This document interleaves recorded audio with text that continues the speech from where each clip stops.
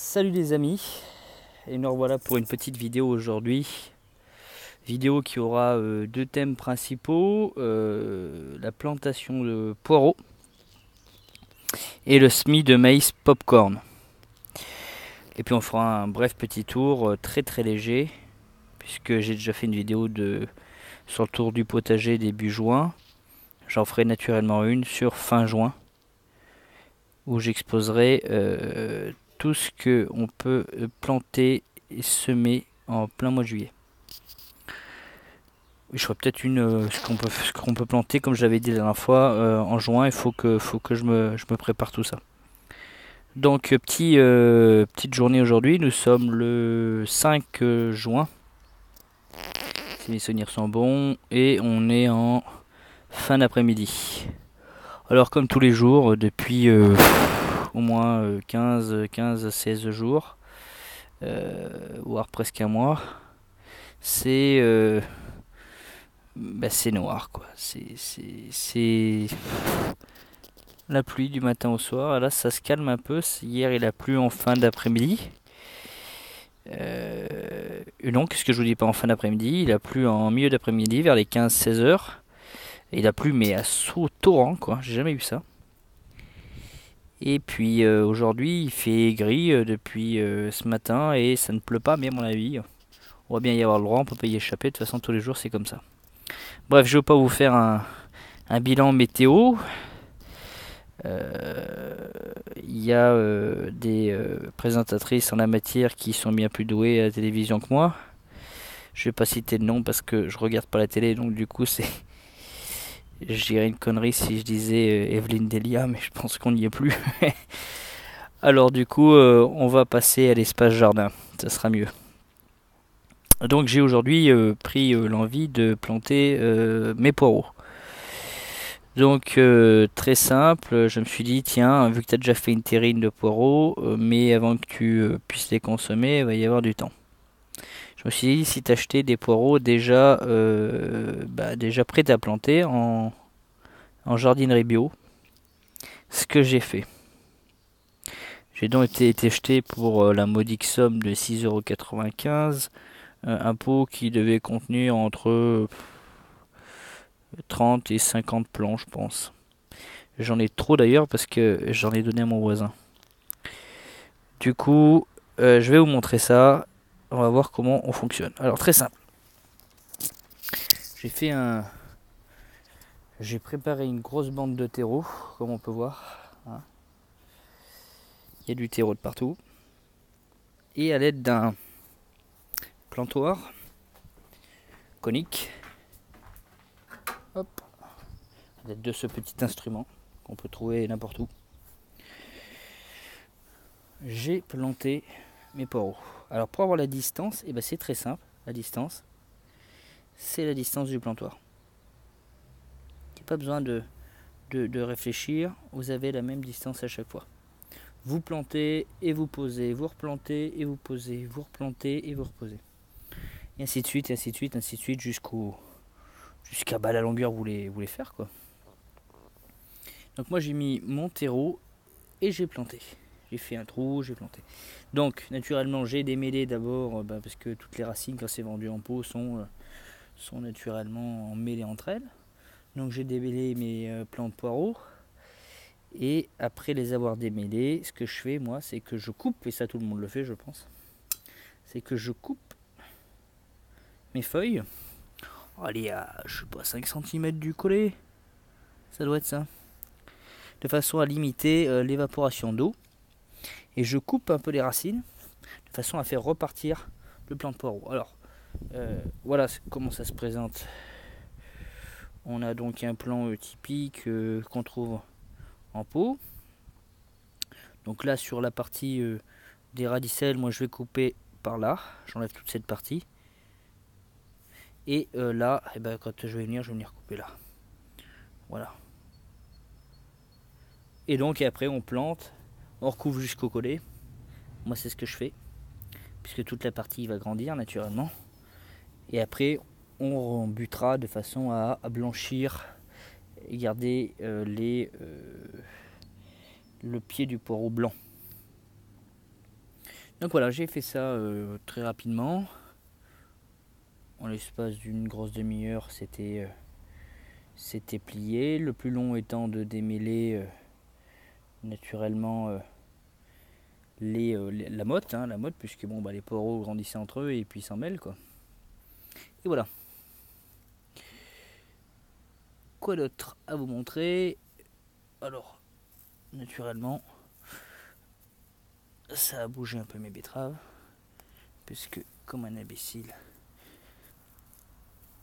en préparant tout ça, j'ai bousculé un peu mes betteraves, mais elles vont vivre. Donc ce qu'il va falloir que je fasse par contre, c'est que je paille tout ça. Alors j'ai la chance d'avoir mon gazon qui commence à être un peu haut. Donc je vais y passer un petit coup de débroussailleuse et je ratisserai et je ferai un paillage. Alors idéalement ce qu'il faudrait que je fasse, c'est que je mette de la paille.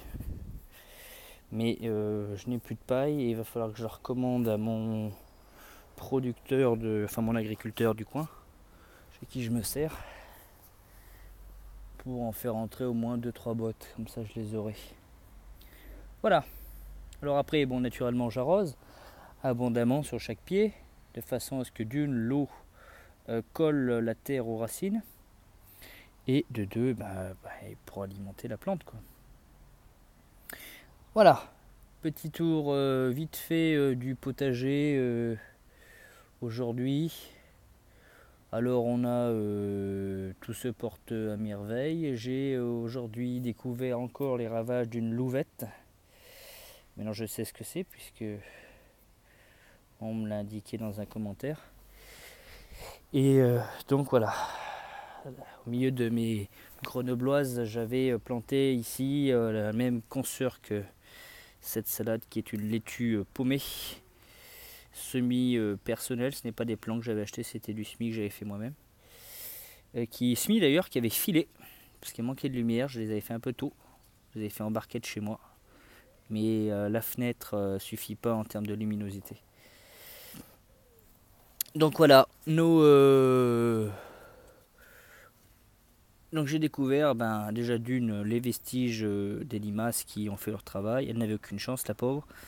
Et là on peut voir, voilà, totalement, ça a rongé complètement la racine, la louvette massacre. Donc j'ai tout de suite agi quand j'ai vu ça ce matin. J'ai levé la terre et j'ai trouvé tout de suite une louvette d'ailleurs assez grosse qui venait de se nourrir. Donc je l'ai retirée afin qu'elle évite de passer aux autres pieds quoi. Voilà, nos grenobloises qui se portent, on peut le voir à merveille. Mais les limaces les ont repérées ce coup-ci. Elles les avaient pas vues jusqu'à présent. Mais nos limaces, voilà, on peut voir qu'il y en a une qui d'ailleurs se planque là, gentiment. Tout se passe bien. Elle attend que la nuit arrive pour gentiment. Alors on peut voir qu'il y a une belle mémère. Pour gentiment venir manger mes salades. Voilà, donc je vais vite faire un tour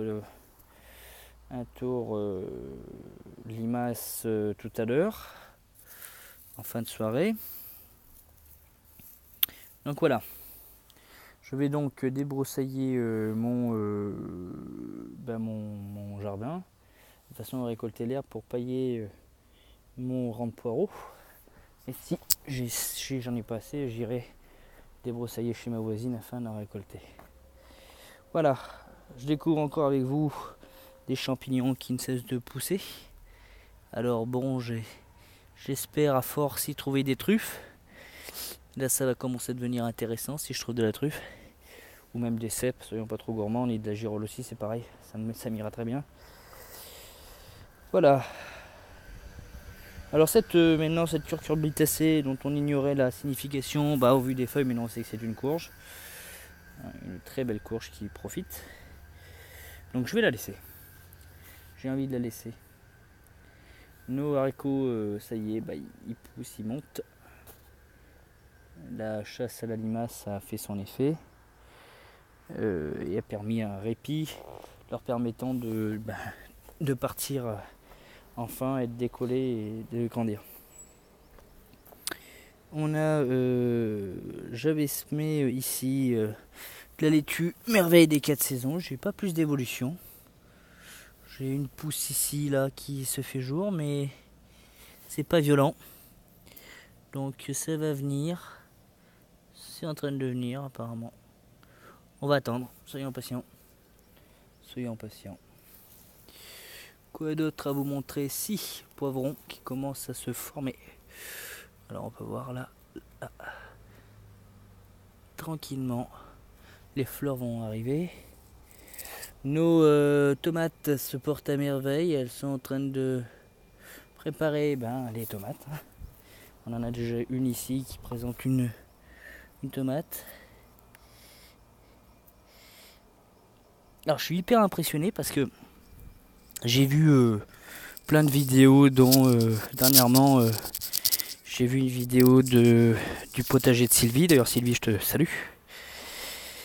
Et j'ai vu tes courgettes, c'est impressionnant quoi. Vous avez des courgettes, et puis tous, vous avez tous des courgettes énormes. Alors toi Sylvie, je pense que ça vient du fait que tu as eu peu d'eau et donc de la chaleur. Moi, on peut voir que les miennes, elle n'est pas excessivement grande. Elle ne fait pas des grosses feuilles encore. L'année dernière, elle était déjà plus grande que ça. Mais toutes sont comme ça. Là, c'est pareil. Donc là, on a... Hop. Toutes sont comme ça. Elle ne décolle pas. Alors chez moi, elle ne décolle pas parce que il pleut pas. C'est pas qu'il pleut pas, il pleut trop d'ailleurs. Il pleut trop et notre soleil n'est pas au rendez-vous. Ce qui fait que la courgette, elle a besoin de soleil pour vivre. Soleil, beaucoup de chaleur. Et c'est problématique. Donc je désespère pas. Voilà. Quoi dire d'autre? Pas grand chose. D'ailleurs, allez faire un tour sur le potager de Sylvie. Elle a un concept intéressant qui, pour ceux qui ne connaissent pas, qui est un potager surélevé. Qui est d'ailleurs bien réalisé. Assez bien fait.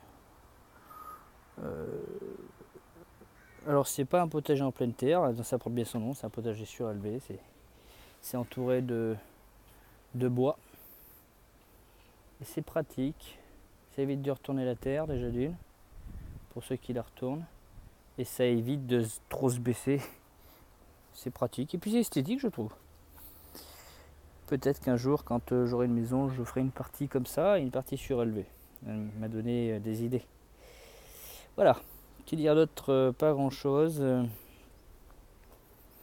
On peut voir, alors la feuille de chêne, ça y est, j'en ai mangé une. La première, on l'a mangée il y a 2 jours environ, d'où l'absence ici.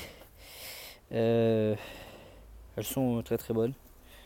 Super, j'ai hâte, une fois de plus, je le dis encore, de consommer ces cressonnettes qui, alors là par contre, elles décollent vachement. On est bien là.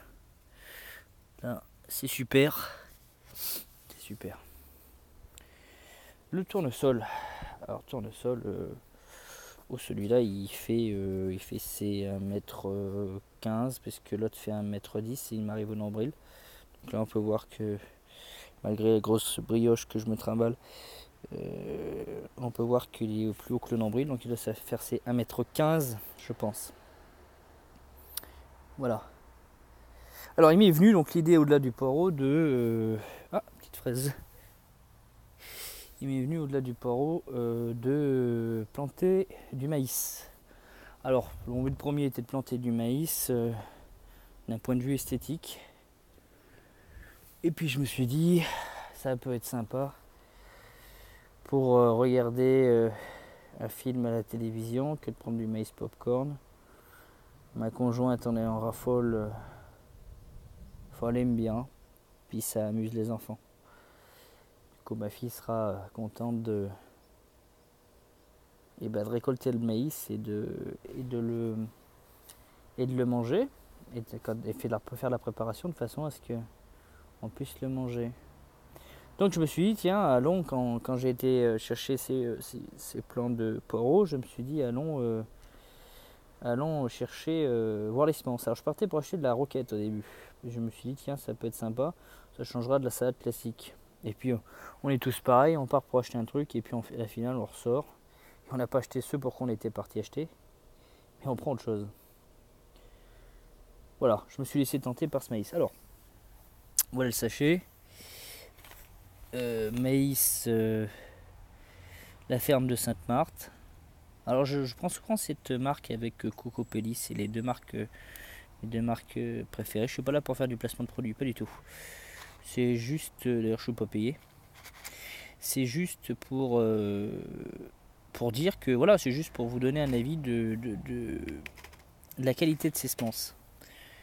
Et pour vous aiguiller en vous disant que c'est de la bonne semence. Moi j'ai jamais été déçu par leurs semences. J'ai testé semences épinards, j'ai testé de la mâche à grosses graines chez eux, elle était excellente. D'ailleurs vous pouvez en voir la grosseur puisque c'est la photo de couverture de la chaîne. C'est une mâche grosse graine qui vient de chez la ferme de Sainte-Marthe. Donc j'ai pas à me plaindre entre ces deux distributeurs qui sont super et qui ont tous les deux, qui s'engagent tous les deux sur une éthique bio respectable et à fond. Cocopelli il est encore plus puisque Cocopelli il y a un engagement aussi humanitaire derrière. Donc voilà. Je me suis dit tâtons-nous pour ce maïs popcorn fraise. Alors semis avril, mai, juin, donc on est voilà, on est dans la période. Hein. On est sur le dernier mois à semer. Récolte août, septembre, octobre. Donc c'est très précoce apparemment. Puis on peut voir qu'entre les périodes de semence et les périodes de récolte, il n'y a pas lourd. Donc on peut imaginer que ça pousse assez vite. Donc qu'est-ce que nous apprend le sachet? Le sachet nous apprend semis en place dans un environnement ensoleillé tous les 40 cm sur les rangs eux-mêmes espacés de 70 cm. Bon. Alors culture sans difficulté, buter pour favoriser l'enracinement, récolte petites pommes de taille d'une fraise. Donc c'est intéressant. Ça donne ça. Alors c'est pas du maïs tradi. Mais ça va être marrant. Moi j'aime bien les trucs marrants de toute façon. C'est original, j'aime bien quand il y a de l'originalité. Donc du coup, je me suis dit, tiens, on va les planter. Puis moi, de toute façon, quand je suis parti sur un truc, je fonce. Et arrivé sur le moment, je me dis, mais où est-ce que je vais y mettre quoi? Parce que bon, c'est vrai que moi, j'ai pas un jardin ultra grand.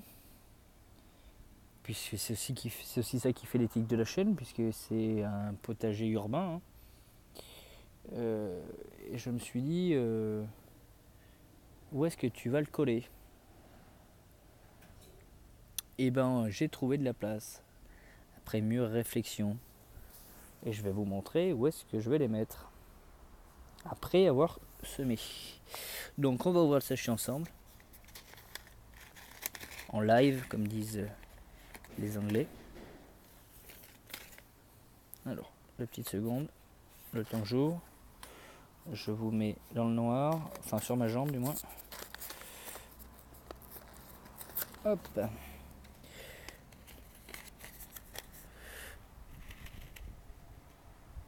Alors voilà comment ça se présente.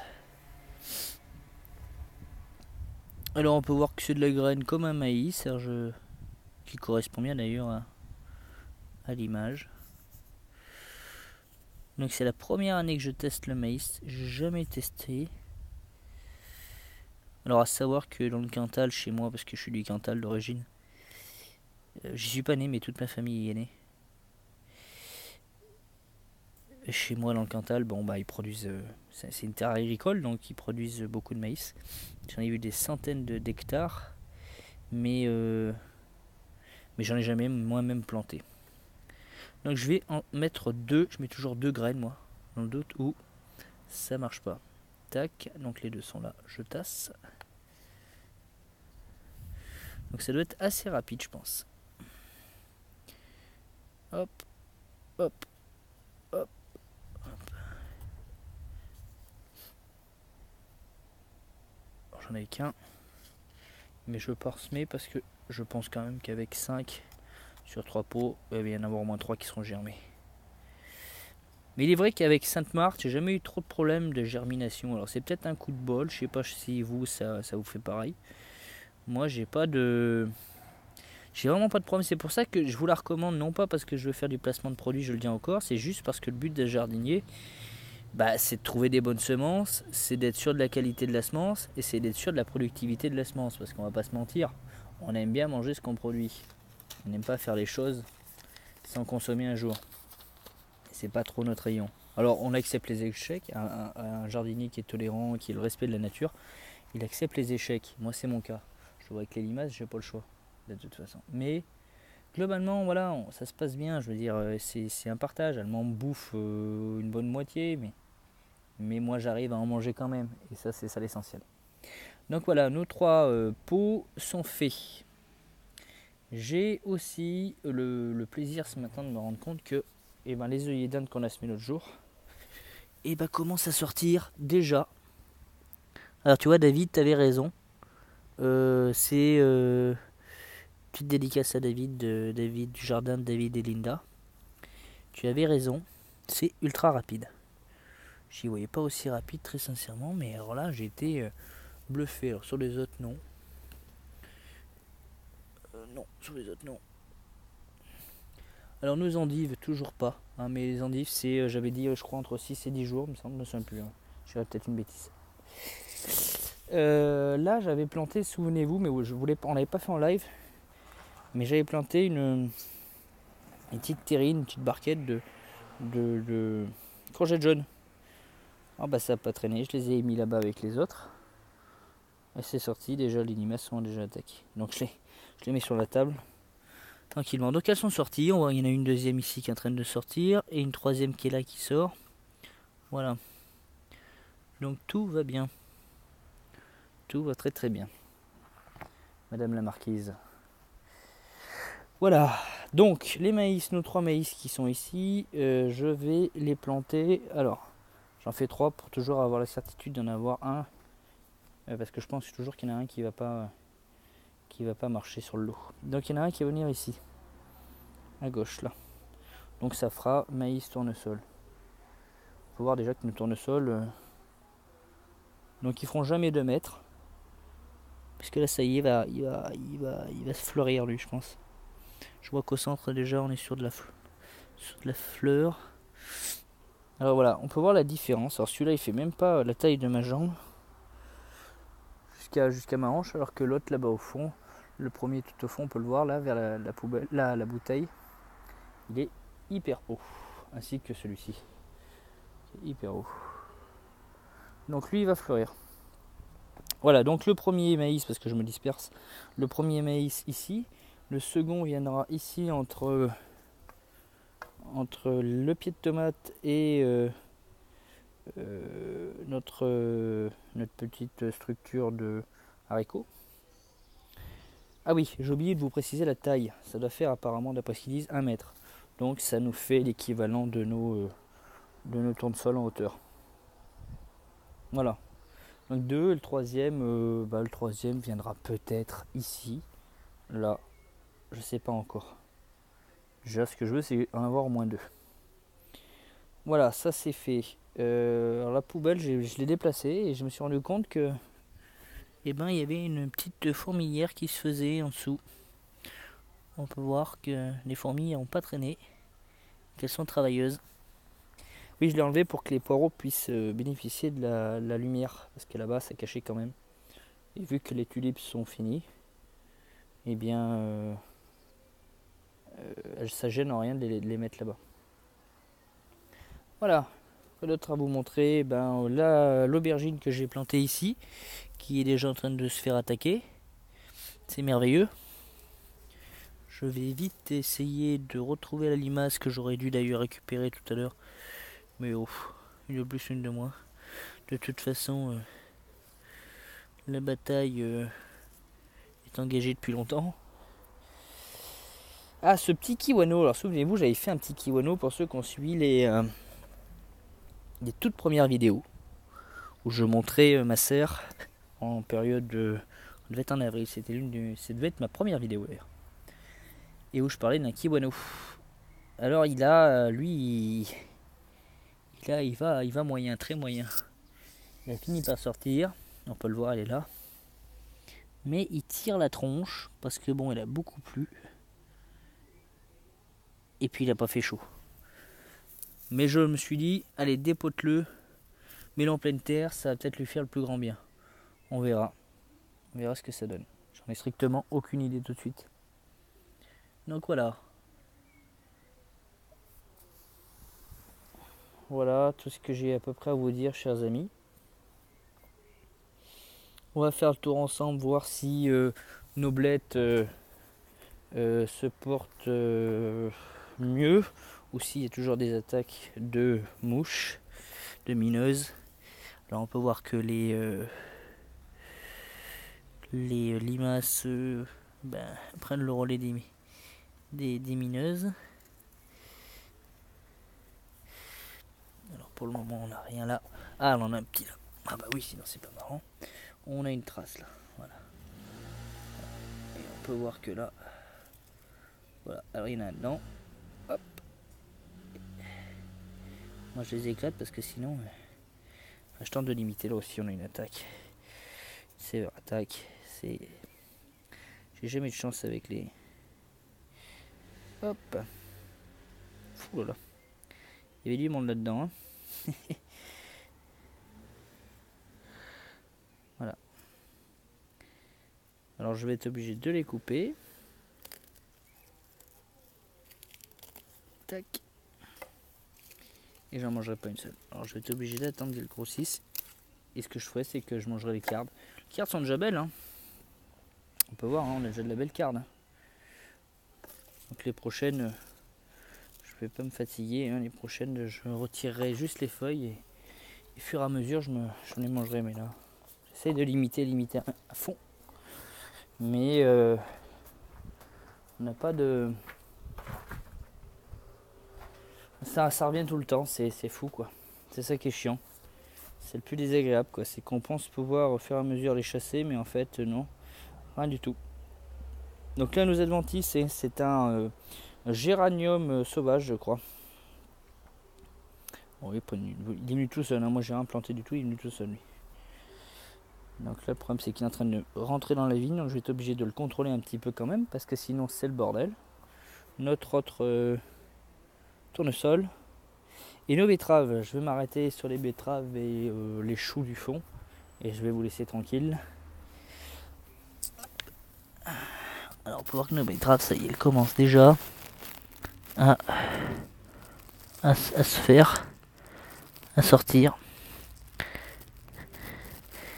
On en a une autre là.